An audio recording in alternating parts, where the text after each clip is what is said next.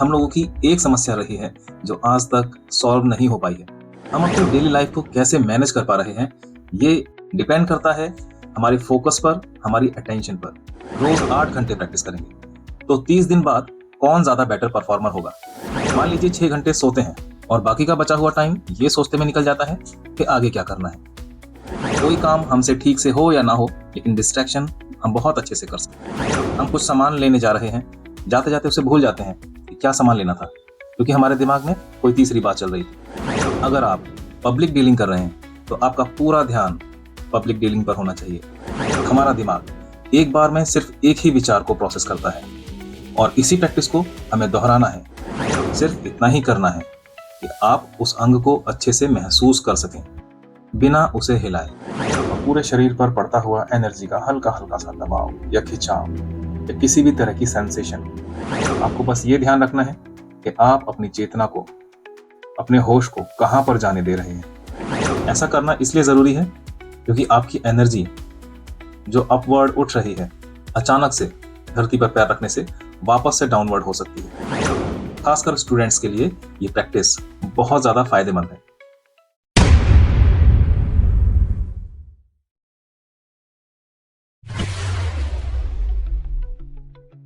सदियों से लेकर आज तक हम लोगों की एक समस्या रही है जो आज तक सॉल्व नहीं हो पाई है, और वो है डिस्ट्रैक्शन।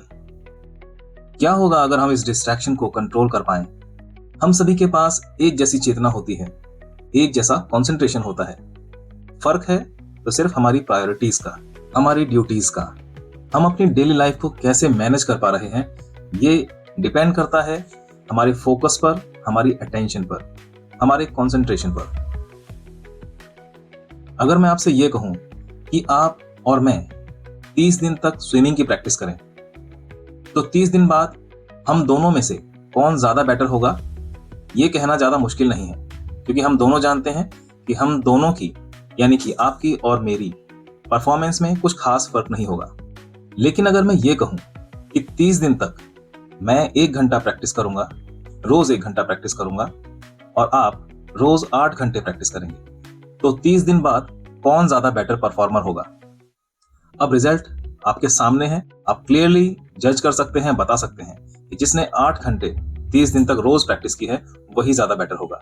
ठीक यही सिचुएशन हमारे कंसंट्रेशन की है। हम अक्सर डिस्ट्रैक्शन को ज्यादा से ज्यादा प्रैक्टिस करते हैं। हम 1 घंटा मेडिटेशन करते हैं, 1 घंटा बुक पढ़ते हैं, शायद 8 से 9 घंटे जॉब करते हैं, और 1-2 घंटे कुछ खाना खाना या फैमिली डिस्कशन उसमें निकल जाता है। मान लीजिए 6 घंटे सोते हैं और बाकी का बचा हुआ टाइम ये सोचते में निकल जाता है कि आगे क्या करना है। तो ओवरऑल हमारा रिजल्ट क्या होता है? हम लोग डिस्ट्रैक्शन में एक्सपर्ट हो जाते हैं। कोई काम हमसे ठीक से हो या ना हो, लेकिन डिस्ट्रैक्शन हम बहुत अच्छे से कर सकते हैं। और ठीक यही बात हमारे कंसंट्रेशन के ऊपर लागू होती है। जब हम किसी से बात करते हैं तो हमारे दिमाग में हो सकता है कोई और विचार चल रहा हो, किसी और के बारे में सोच रहे हैं। हम खाना बना रहे हैं, लेकिन हमारे दिमाग में किसी तीसरी जगह की बात चल रही है। हम कुछ सामान लेने जा रहे हैं, जाते जाते उसे भूल जाते हैं कि क्या सामान लेना था, क्योंकि हमारे दिमाग में कोई तीसरी बात चल रही थी। ये डिस्ट्रैक्शन है। हमें करना क्या है? हम जो कर रहे थे वही करते रहना है, लेकिन हम जो भी कर रहे हैं उसको जानना भी है, उसको देखना भी है कि मैं अभी ये कर रहा हूं। आप अपने फ्रेंड से बात कर रहे हैं तो आप अपने आप को नोटिस कीजिए कि आप अपने फ्रेंड से बात कर रहे हैं। आपका पूरा ध्यान, पूरा दिमाग आपके फ्रेंड के साथ बातों में होना चाहिए। अगर आप पब्लिक डीलिंग कर रहे हैं तो आपका पूरा ध्यान पब्लिक डीलिंग पर होना चाहिए। आप कोई जॉब करते हैं, बिजनेस करते हैं, तो उस समय आपका पूरा ध्यान आपकी जॉब पर, आपकी टास्क के ऊपर होना चाहिए। जब आप अपना कोई एक काम करते हुए किसी दूसरी चीज के बारे में नहीं सोच रहे हैं, वही आपका असली कंसंट्रेशन है। आइए कंसंट्रेशन की बेसिक प्रैक्टिस से शुरू करते हैं। ये प्रैक्टिस आपके लिए बहुत हेल्पफुल है और आपके कंसंट्रेशन को, फोकस को ये पहले से 100 गुना तक बढ़ा देगी। मान लीजिए कि हमारा कंसंट्रेशन एक एनर्जी बॉल की तरह है, जो एक बार में सिर्फ एक ही जगह हो सकता है। अगर हमें किसी दूसरी बात पर ध्यान देना है तो वो पहली जगह से हटकर दूसरी जगह चला जाता है, लेकिन वो सिर्फ एक बार में एक ही जगह हो सकता है। जब आप खुश होते हैं तो आप किसी बात को लेकर रोने के लिए, दुखी होने के लिए नहीं सोच रहे होते हैं, और जब आप दुखी होते हैं तब आपको ऐसी कोई बात याद नहीं आती जिससे कि आपको हंसना आ जाए। हमारा दिमाग एक बार में सिर्फ एक ही विचार को प्रोसेस करता है, और इसी प्रैक्टिस को हमें दोहराना है, एक डिसिप्लिन तरीके से इसे करना है। ये एनर्जी बॉल एक सिंबल है जो बताता है कि इस समय आपका ध्यान कहां पर होना चाहिए, और उस जगह को, उस वस्तु को आपको महसूस करना है, फील करना है। इस पूरी प्रैक्टिस के दौरान मैं आपके साथ रहूंगा और आपको गाइड करता रहूंगा। शरीर के जिस अंग पर आपको ध्यान लगाना है, आपको महसूस करना है, मैं उसका नाम लेता रहूंगा। आपको बस महसूस करना है कि आपकी वो बॉल, आपकी वो कंसंट्रेशन पावर, आपकी चेतना आपके उस अंग में आ चुकी है।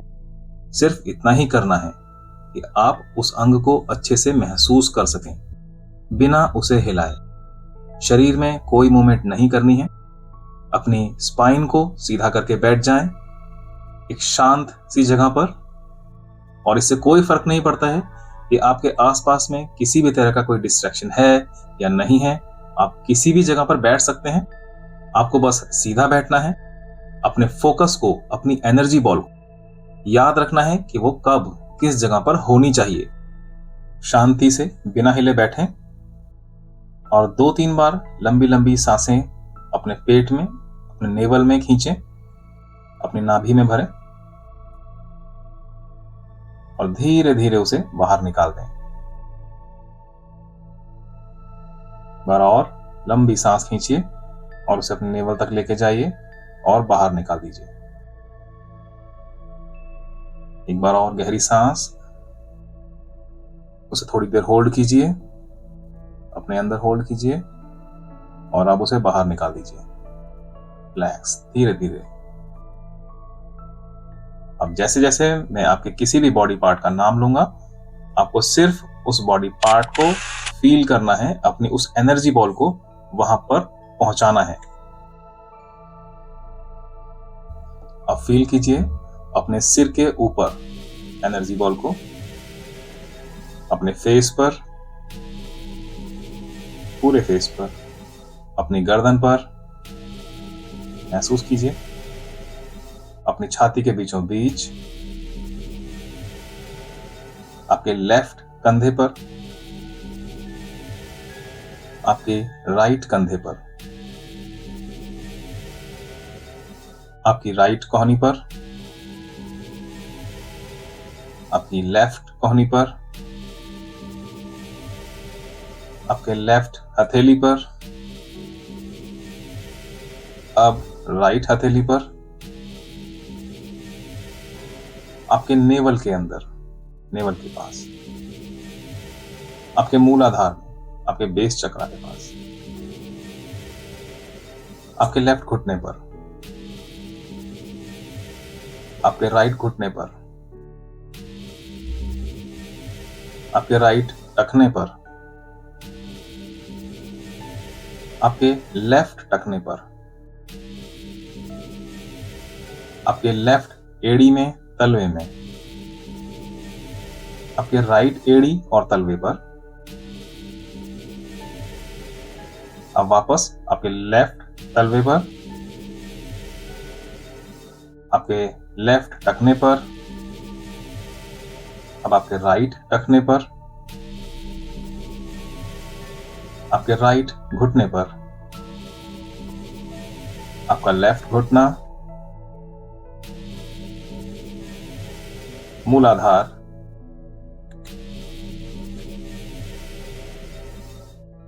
आपका नेवल, नाभि, आपकी सीधे हाथ की हथेली, आपकी लेफ्ट हथेली, लेफ्ट कोहनी, राइट कोहनी, आपका राइट कंधा, आपका लेफ्ट कंधा, आपकी छाती बिल्कुल सेंटर, गर्दन, पूरा फेस, आपका हेड सिर के ऊपर। रिलैक्स।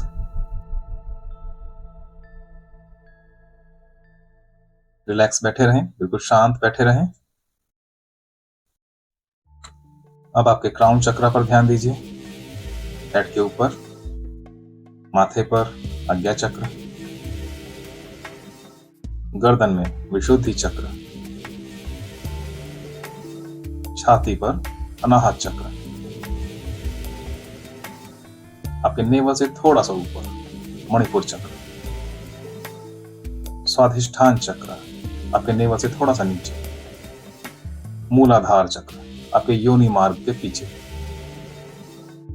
मूलाधार चक्र फिर से, स्वाधिष्ठान चक्र,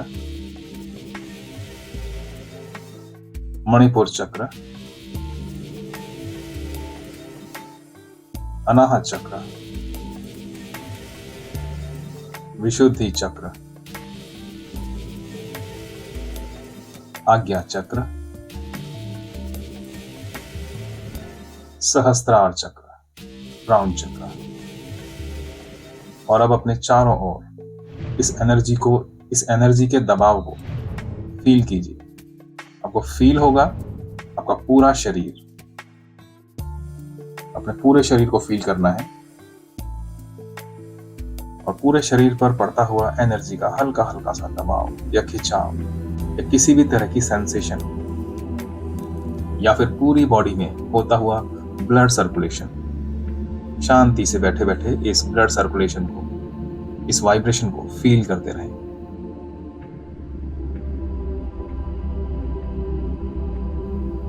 अपने आसपास बहती हुई एनर्जी को, वाइब्रेशन को फील करते रहें। और अगर फील ना हो तो जो कुछ भी फील नहीं हो रहा है उस खालीपन को भी आप फील करें, महसूस करें। शांति से बैठे रहें, चाहे कुछ हो या ना हो। रिलैक्स, पूरी तरह से रिलैक्स बैठे रहें और अपने आप को ऑब्जर्व करते रहें। ऑब्जर्व करते रहें अपने चित्त को,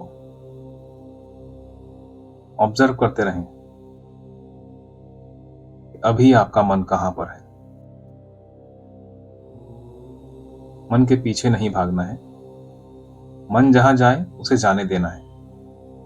किसी भी तरह का शोर हो, किसी भी तरह की खटपट हो, होने देना है।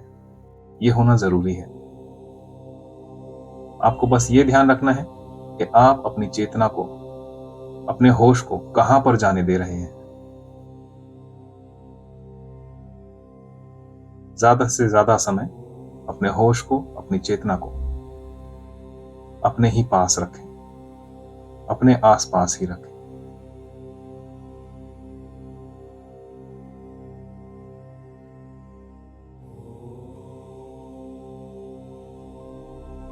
अब आप रिलैक्स हो सकते हैं। अपने हाथों को अच्छे से रब कर लीजिए, रगड़ लीजिए और रगड़कर अपने फेस पर, अपनी आंखों पर हथेलियों को लगा लीजिए और गहरा सांस लीजिए। और मैं सजेस्ट करूंगा कि इस मेडिटेशन के बाद में या किसी भी मेडिटेशन के बाद, ध्यान के बाद, आप सीधे जमीन पर पैर ना रखें। सबसे पहले आप थोड़ा सा पानी जरूर पी लें और पानी की कुछ बूंदें अपने ऊपर छिड़क और जमीन पर पहले हाथ लगाकर, जैसे कि आप जमीन के चरण छू रहे हों, पहले हाथ लगाकर उसे माथे पर लगाएं और उसके बाद ही पैर को नीचे रखें। ऐसा करना इसलिए जरूरी है क्योंकि आपकी एनर्जी जो अपवर्ड उठ रही है, अचानक से धरती पर पैर रखने से वापस से डाउनवर्ड हो सकती है। इसलिए पहला स्टेप आपके पैर नहीं, पहला स्टेप आपका हाथ जमीन पर होना चाहिए ताकि जो एनर्जी का फ्लो है वो सही दिशा में बना रहे। ये प्रैक्टिस आपको 21 डेज तक लगातार कर और 21 डेज के अंदर ही आप देखेंगे कि आपका कंसंट्रेशन, फोकस पहले से कई गुना ज्यादा बढ़ चुका है। और ये प्रैक्टिस कोई भी कर सकता है, चाहे वो मेल हो, फीमेल हो, बच्चा हो, बूढ़ा हो, जवान हो, कोई भी। खासकर स्टूडेंट्स के लिए ये प्रैक्टिस बहुत ज्यादा फायदेमंद है। सो ऐसी ही और भी वीडियोस के लिए मेरे इस चैनल को लाइक करें, सब्सक्राइब करें और शेयर करें। हमारे साथ बने रहें। Thank you.